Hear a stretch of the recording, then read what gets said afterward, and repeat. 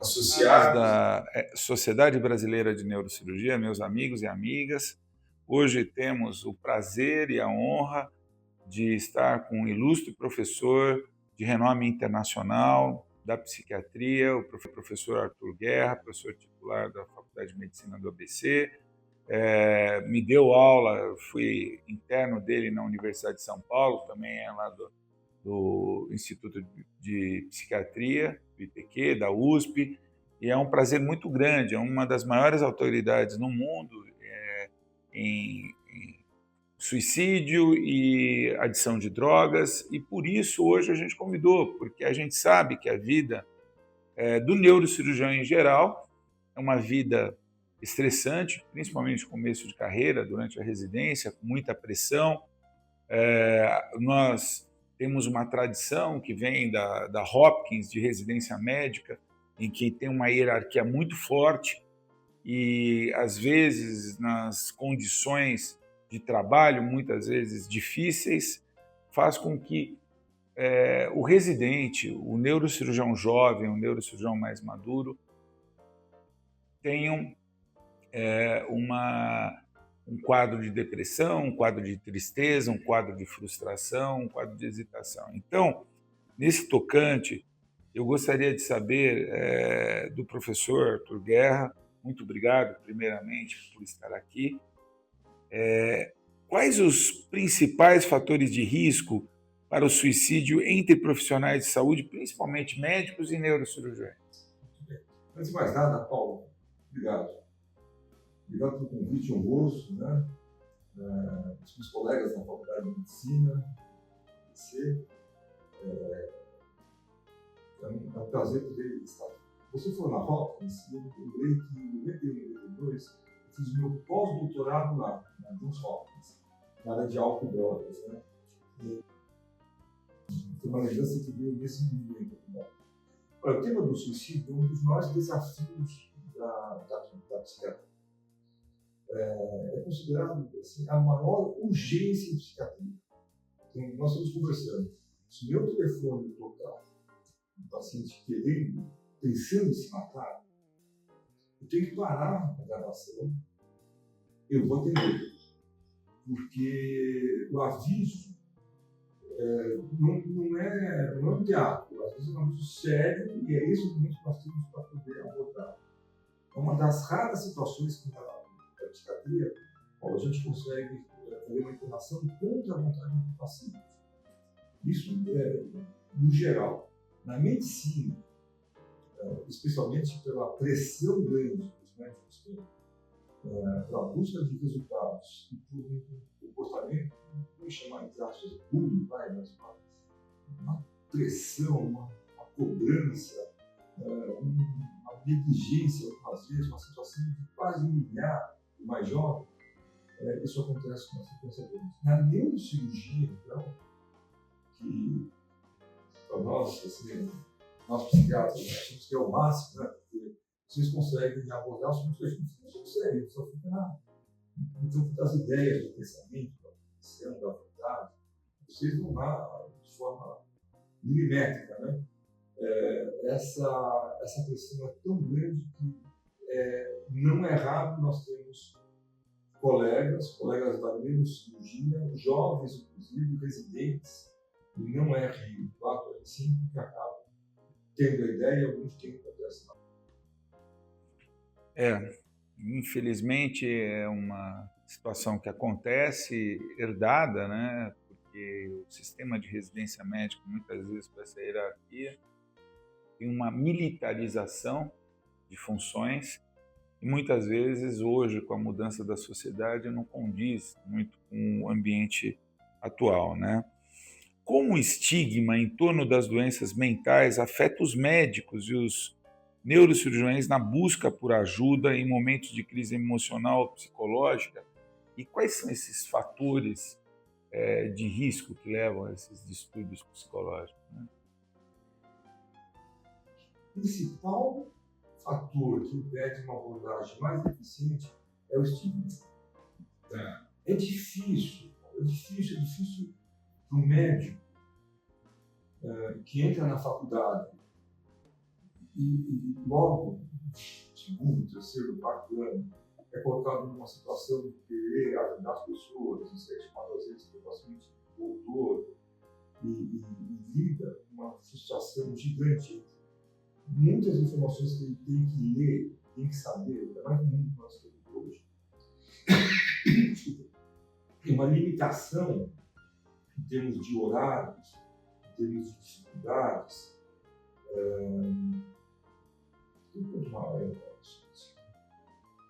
Para você entrar na faculdade de medicina, você tem que passar um exame. Mas o exame não avalia a personalidade. Então, alguns estudantes, durante o curso, ou pior, depois que se formam, percebem que eles conseguem responder às questões, conseguem passar nos concursos, mas não têm a vocação. A educação é tudo na medicina.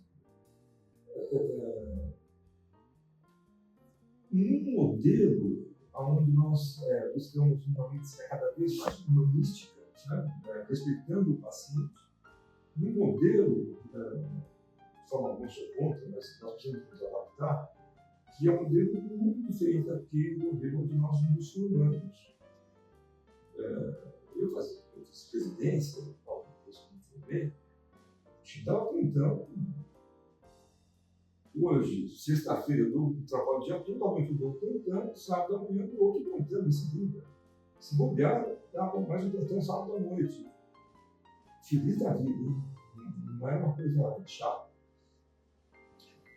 Eu estou na minha casa, assim, algum psiquiatra me chamasse para ver um caso, às 11 horas da noite, eu ia feliz da vida. Hoje tem uma. Hoje o modelo é diferente, tem uma limitação, tem uma pessoa da pós-plantão, tem um respeito, em termos de carga horária, e muitas vezes esse conhecimento que o médico tem com a vida prática, tem que pagar as contas, tem que ter uma vida social, tem que fazer esporte, tem que cuidar disso, né? Acaba deixando muitos uma dificuldade. O médico admitir ter essa dificuldade na área da psiquiatria é muito grande. Ou só vem para nós na fase final, quando já está usando álcool, drogas de uma forma de dependência, quando a ideia de se matar já está uma ideia estruturada, ele já tentou, ou quando ele não consegue dar limites entre a vida profissional e a vida pessoal. E a vida dele acaba tendo, nós chamamos, uma baixa qualidade de vida. Então, o estigma ele é a principal barreira. O médico, às vezes, não tem vamos chamar, a humildade, isso vai para a psiquiatra, de falar, eu estou doente, eu acho que eu não estou bem. Eu não estou dormindo bem, eu estou com falta de ânimo, eu não tenho paciência, estou muito irritado, estou bebendo muito álcool, estou usando drogas, estou usando remédios, conta própria, sou médico, prescrevo remédios hipnóticos de uma forma excessiva.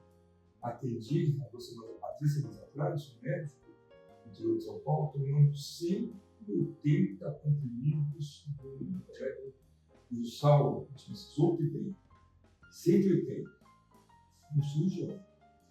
Não era meu cirurgião, era um cirurgião. 180? Dorme o dia todo? Não. Eu tomo para dormir, tomo de manhã para dar noite, para eu acordar, para eu ficar bem. Para eu operar, no interior, o cirurgião faz muitas coisas. Ele pega veia.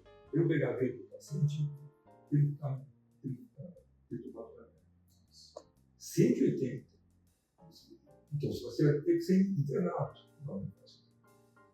Internação é tão louco. Eu não sou louco. Eu admito que eu tenho a dependência, admito que eu uso a mais, que realmente não está bom. Uma bomba, relógio ambulante, né? Próximo, sem ele querer, evidentemente, mas próximo a fazer um erro médico, próximo a operar o paciente de uma forma inapropriada, mesmo sem querer. Próximo a ele se matar.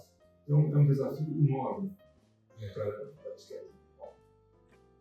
Interessante isso. E a gente vê que muitas vezes a frustração do jovem não se inserir, o fracasso do sênior de não ter conseguido, e mesmo o sucesso do neurocirurgião sênior, quando ele atinge e alcança tudo que ele queria, muitas vezes leva a um vazio e ele começa a alcoolismo, a adição de drogas. Você vê isso também em outras especialidades, porque na neurocirurgia a gente percebe que muitos chegam numa posição que já atingiram o top, daí começam com vinho, porque é chique, daí uísque, porque é chique, e daí um abuso indiscriminado de álcool começa a prejudicar a própria profissão.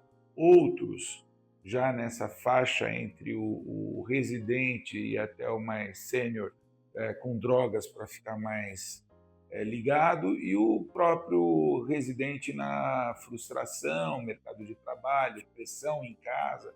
Você consegue enxergar isso em outras? Sim, eu vejo três coisas aí principais. A primeira é o seguinte: o médico, professor, faz o concurso, estuda, publica, queria chegar naquele grau máximo, chegou no grau máximo. Chega no grau máximo e fica faltando alguma coisa. Um dia um desses professores te fala assim: Arthur, falta como se fosse o orégano na pizza. Que, né?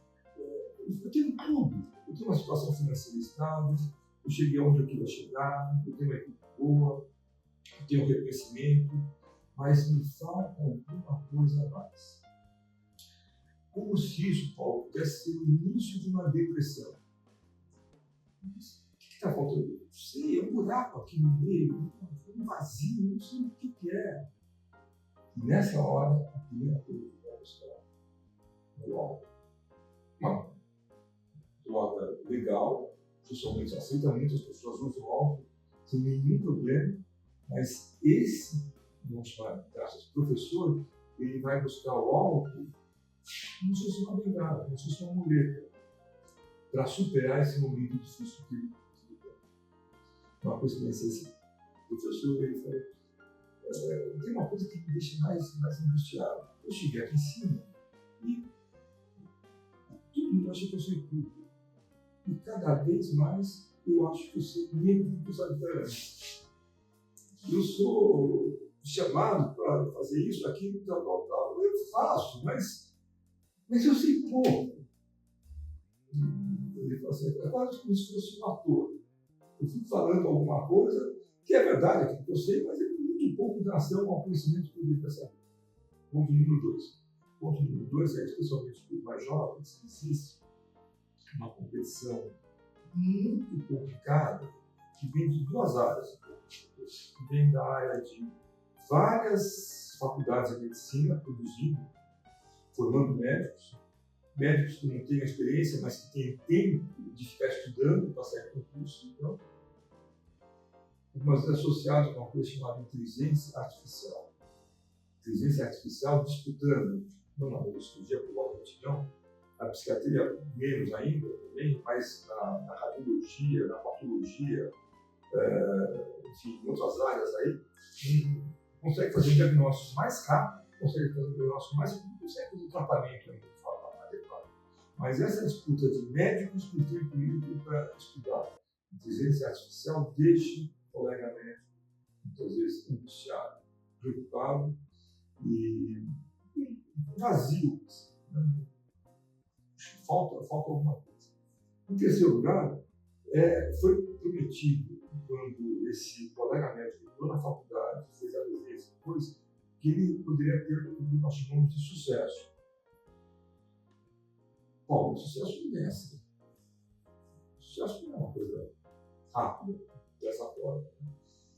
Atendendo um outro paciente, como é que da área da administração, né? Você sair da faculdade e estar nesse posto de CEO aí. Isso não é fácil. Eu fiz uma faculdade razoável, né? Nem era melhor. Trabalhei por 30 anos. Então, você trabalha por 30 anos para você chegar numa posição assim. Ou seja, leva um tempo para você amadurecer essas coisas. E o médico, às vezes, não tem essa paciência. Ele quer ter o sucesso financeiro, quer ter o reconhecimento nas redes sociais, quer ter o reconhecimento com a família, com ele mesmo, tudo de forma rápida, instantânea. Não consegue. E aí vai usar álcool, drogas, alguma coisa para tentar mudar um pouco esse cenário. Muito interessante. Eu tenho uma pergunta que tenho duas aqui, que veio de uma ouvinte do interior, né? Ela colocou aqui um preâmbulo da pergunta, que lembrando daquele piloto de aviação comercial alemão que estava em depressão e jogou o avião nos Alpes junto com todos os passageiros, isso há uns 3 anos atrás. E ela acha que o neurocirurgião com esgotamento, com depressão, pode ser um fator de risco para o paciente muito importante e deveria se ter meios para se identificar durante a residência e na aprovação esses estados patológicos. Eu vou completar aqui, que eu achei interessante, ela quer saber se existe algum projeto com isso, porque o que a gente tem visto, que as provas que são ditadas pelo MEC são praticamente querem uma certa justiça social com uma prova única, mas está se esquecendo que a gente está selecionando pessoas que vão cuidar de população. E o que eu entendi aqui nessa pergunta é que ela acha que deveria ter uma avaliação em uma entrevista, tanto do padrão psicológico, psiquiátrico do candidato, bem como do chefe de serviço, para ver se tem uma empatia para se trabalhar, né? E se tem um currículo compatível, mas a tendência hoje é se basear só em prova, né? Como é que você vê isso? E respondendo a ela, você acha factível que em um futuro próximo tenha essa avaliação numa entrevista e volte a ter um pouco de entrevista nas provas de residência e mesmo o vestibular, né? A pergunta é bem interessante, né? A pergunta é muito atual, pertinente, né? Eu vou puxar antes para a minha área, para depois entrar na neurologia. Na psiquiatria, nós estudamos basicamente comportamentos. E na psiquiatria existem 3 grandes grupos no passado. O grupo das psicoses, onde as pessoas ficavam doentes, loucas, né? Espelhadas na rua, falavam na televisão, está louco, né? Um segundo grupo, pessoas que supostamente, como nós, talvez tenham uma dificuldade para pegar no sono, uma angústia, uma ansiedade, mas conseguem manter a vida social, a vida de trabalho, a vida ocupacional, conseguem viver mesmo com essa limitação. Que antigamente a gente chamava isso das neuroses. Mas tem um grupo no meio, que não é nem psicose, nem neurose, que é o grupo das alterações de personalidade, das psicopatias, das sociopatias. Antigamente se chamava personalidades psicopáticas. Os outros colegas do meu ano falavam assim, no meu ano, eu sou formado em 1978, nós tínhamos 10 psiquiatras. Da turma de 100 alunos, 10 foram da psiquiatria. Os outros falavam assim, esses 10 aí, não tem um que se salva, todo mundo tem uma trilha a menos. O cara, ele vai para a psiquiatria porque tem algum problema já, tem alguma coisa que ele se identificou e não se dá bem, etc. Então, não é verdade que todos. Mas um ou dois tinham algum problema mesmo, né? Então os outros estavam falando de forma adequada. A gente não consegue, no exame de residência, mesmo na área da psiquiatria, identificando que aquela pessoa, que aquele colega que se formou, tem os créditos, né?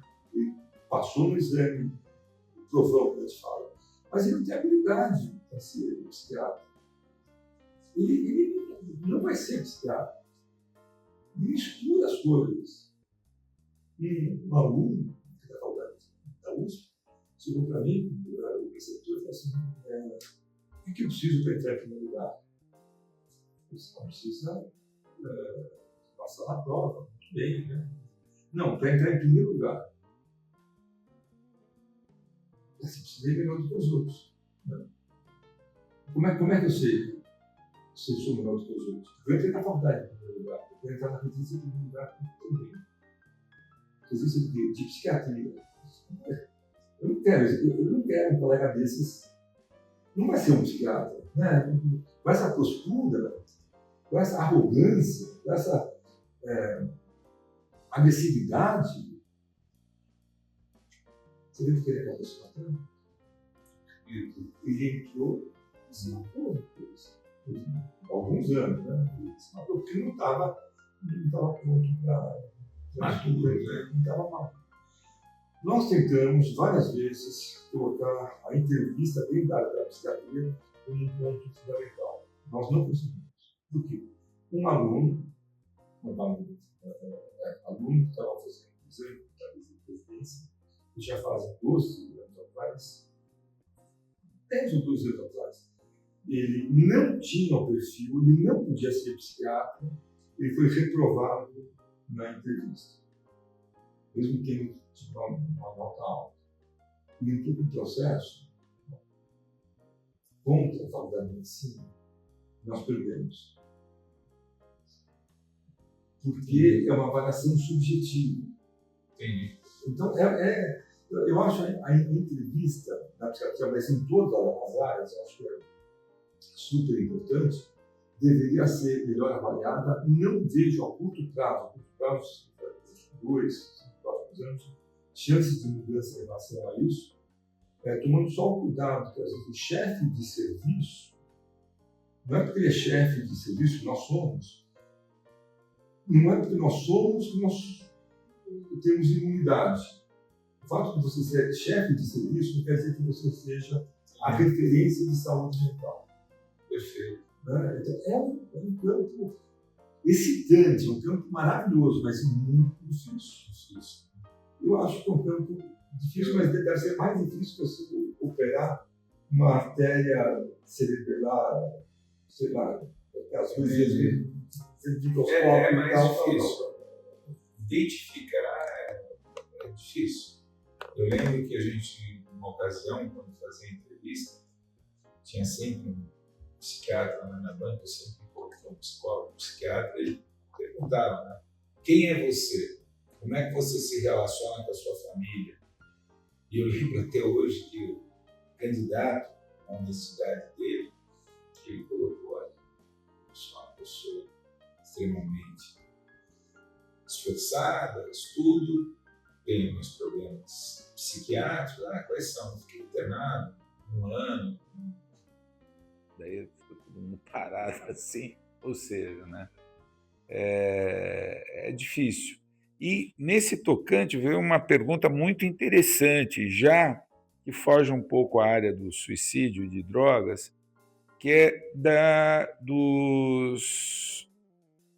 dos médicos, neurocirurgião tem muito pouco, mas médicos que numa determinada idade tinham um padrão de comportamento social, com a família, com os amigos, e começa, em torno dos 50, 60 anos, a mudar completamente, radicalmente o padrão, com comportamentos bizarros do ponto de vista de relacionamento afetivo, né? Começa a ter obscenidades e começa a perder o fator familiar ou associativo e perde a noção e começa a ter relacionamentos esquisitos e gastar dinheiro, e que é a demência frontotemporal, né? Um dos sintomas da demência frontotemporal. Como é que a gente consegue perceber isso? Existe isso realmente na nossa classe médica? De, por exemplo, né, pessoas que começam a ter comportamentos extremamente que chocam as pessoas em relação ao relacionamento social e afetivo.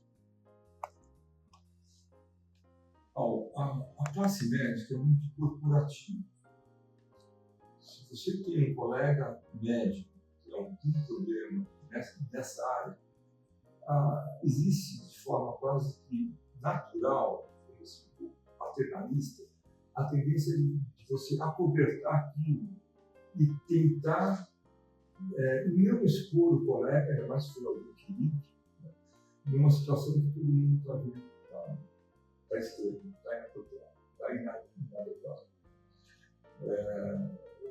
Existe vários colegas com uma postura, às vezes, que a própria história da profissão dele traz uma postura, algumas vezes, arrogante, onde ele é o polo de conhecimento, especialmente em cidades interiores, né? Com uma cobrança enorme para você trazer resultados. Desde o curso de medicina, o médico ele acaba e se forma entendendo que a morte faz parte, é difícil você lidar com a morte. O erro médico é uma coisa que nós precisamos ficar atentos em qualquer área, e vai dando para o colega médico a pele assim, como se fosse assim, uma teratose, assim, uma pele de jacaré, de tantas, entre aspas, bordoadas que você acaba levando, tantas decepções, ou dificuldades, ou insucessos que todo mundo na medicina vai ter que enfrentar. Essa é uma situação comum em que, para alguns colegas, eles vão levando a vida. Quando chega o caso de uma demência, no meu caso, professor da Faculdade de Medicina da USP, um professor titular, ele vestiu o terno, gravata, na mala, entrou no carro dele e foi para o instituto onde era o professor titular. Ele parou o carro, entrou, foi para a sala dele, que estava fechada, pediu para abrir, e falou: por que não tem ninguém aqui hoje? Eu disse: ninguém. E foi a primeira, e já tinha alguma alteração, mas foi a primeira vez que todo mundo percebeu que ele estava num quadro de uma demência. E te afastava. Ele não queria se afastado. Ele não entendia. Tivemos a faculdade que teve que falar com os familiares, pedir um certo afastamento, cuidar dele, mas ele ia para, mesmo sem fazer nada. O hábito dele ir para lá, às vezes dava alguma coisa para ele assinar, só para ele ter o efeito de achar que estava sendo útil naquela situação. Quem que percebe isso? Quem está no entorno do paciente, quem está próximo a ele, são os auxiliares, assistentes do paciente, ao médico, no caso, né? É um paciente. Os assistentes, os auxiliares, secretários, a família começa a ter que ter uma coisa que está indo bem. Ele tem 77 anos, começa a olhar para meninas de 12, 13 anos, netas dele, amigas das netas, de forma inapropriada. Um toque, uma piada totalmente fora de contexto, sem álcool, sem droga. Não precisa ser médico para falar: olha, algo não vai bem. Quanto mais cedo for feito o diagnóstico, maiores são as chances de a gente tomar algum tipo de cuidado. O padecimento não vai ter muita coisa para a gente fazer. A gente pode limitar e, sobretudo, evitar essa hiperexposição, as ações nocivas. Olha, eu gosto muito de psiquiatria, né? E acho que hoje foi um dia especial de ouvir o nosso professor, e eu agradeço ao público e gostaria que o professor complementasse, né? Que a gente está chegando ao fim da nossa entrevista. Pena. E vou convidá-lo mais uma vez para a gente complementar, porque tem muito assunto ainda dentro da área da neurocirurgia relativa à sua especialidade. Por favor, professor. Bom, mais uma vez, uma honra poder estar aqui, falar de temas super nucleares ligados à saúde mental. Nós começamos com suicídio, mas abordamos álcool, drogas, demências, né? Então, é uma honra poder divulgar e poder dividir com vocês essa preocupação que nós temos com a saúde mental. A saúde mental está como se fosse uma nuvem de clore, sabe? Ela está um espelho, está em todos nós, Bom, está em você, está em mim, está em quem está nos ouvindo. Todo mundo pode ter algum probleminha aí na frente. Quanto mais cedo a gente conseguir diagnosticar e atuar, é melhor. Por último, acho que tem uma função, Paulo, acho que é bacana, que nós, como líderes, cada um na nossa área, temos uma responsabilidade grande, que é uma frase que eu vou falar agora assim. O exemplo, o nosso exemplo, não é a melhor forma de ensinar alguma coisa para alguém, por exemplo, os residentes. Não é, é a única. A única forma eficiente para a gente poder passar o nosso conhecimento, e poder passar a nossa postura, a nossa educação, o nosso respeito, é dando exemplo.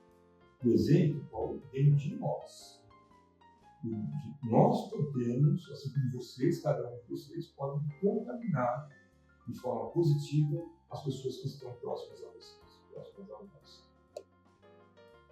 Obrigado. Obrigado. Eu que agradeço, fantástico. E a SBN está com vocês, associados, e muito obrigado, tenham um bom dia e até a próxima sessão ou episódio. Obrigado.